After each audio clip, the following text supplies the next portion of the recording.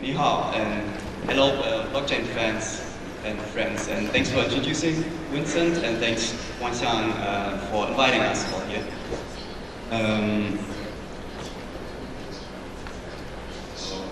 Right, let me first give a short introduction to our company.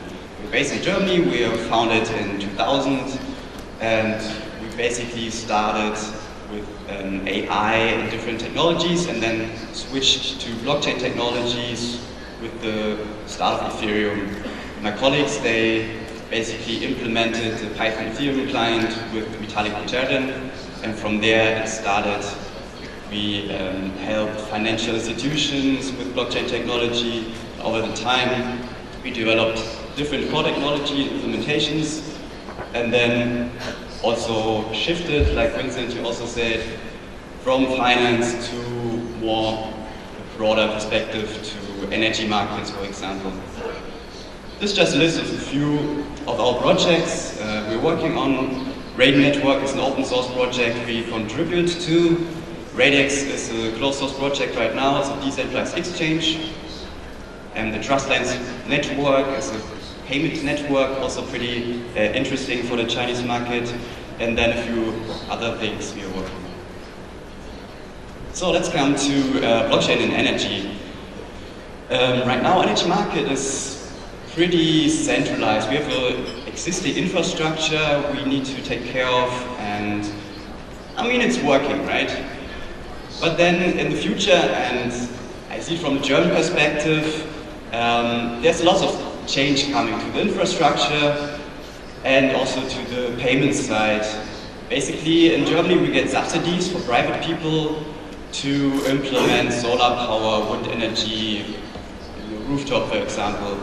And that means for the energy markets, it will just decentralize a lot, which then causes problems in that you have to adjust the one energy basically and balance in the different markets.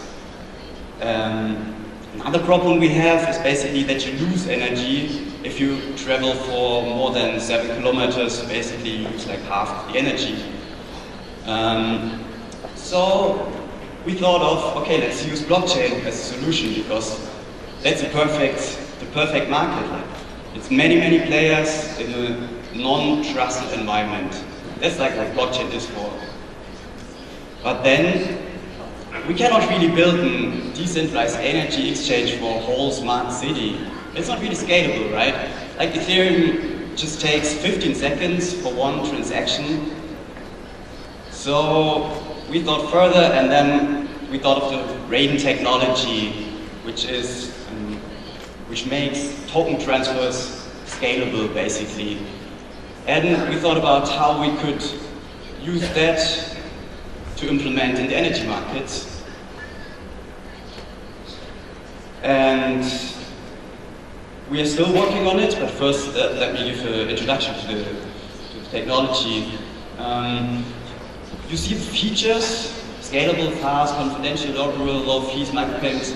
It's roughly the same features as we have in blockchain, in the Ethereum public blockchain. But then maybe two things we don't have is interoperable or is low fees and scalability. On the other setups we could do also a private setup, but then we need to have a public setup in the energy markets because there's just millions of different players, and maybe in the Hangzhou smart city there's 100,000 people who want to trade with each other.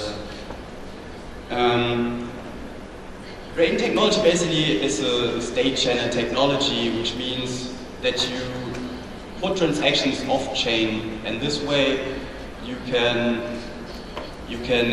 add any hardware, software as a Raiden node, and then if you did transactions through different devices, you can go back on-chain and basically settle your payments. Based on this Raiden technology, the community and our company contributes to the Raiden network, which then is a whole network of state channels, which also has the feature of atomic swaps, which is pretty useful for decentralized exchanges. And to give a short overview over the current status, we just yesterday released the developer preview of Raiden Network, and we are implementing a very basic implementation of state channel technology this week on the Ethereum mainnet. So, to the decentralized energy exchange, this is one project we're working with a partner, and I think that's also a good point Winston from Wanshan had, that you have to work with partners from industry, because we got the blockchain knowledge, but we don't know exactly how it works right now. So it's really important for the whole Ethereum ecosystem, for the blockchain ecosystem, to work together with partners. And since maybe 2 years, we work together with an Austrian company and are implementing a proof of concept of a decentralized energy exchange, which basically enables any device, any consumer to trade with its neighbor. And when we account for the existing infrastructure, we don't just have neighbors, but we also have streets which are next to each other. We have city blocks, we have whole cities, and we have the energy suppliers, which obviously already exist. And you have to also connect them to the whole decentralized exchange. The way we do it is a scalability approach in terms of, okay, we can use Raiden technology, but we also use a special decentralized exchange which separates energy markets into different levels. Talk more about that in the demo. A nice feature you have when you base your technology on a public Ethereum chain is that you can just add any hardware, any software in terms of front end. So this being open source software, anybody can use it and build their own front end on top of it, which means any of you who build, for example, a smart meter can implement the software and then build his own front end.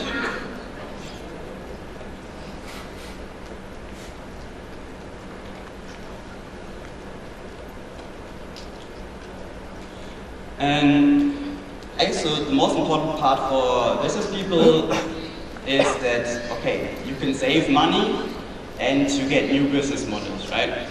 I guess first of all, it's a marketing aspect. You can use blockchain, you can make a small POC, and then you can see how it works.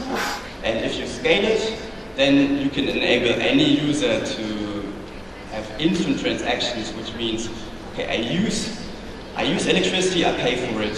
For every kilowatt hour used. I don't use it, I don't have to pay for it.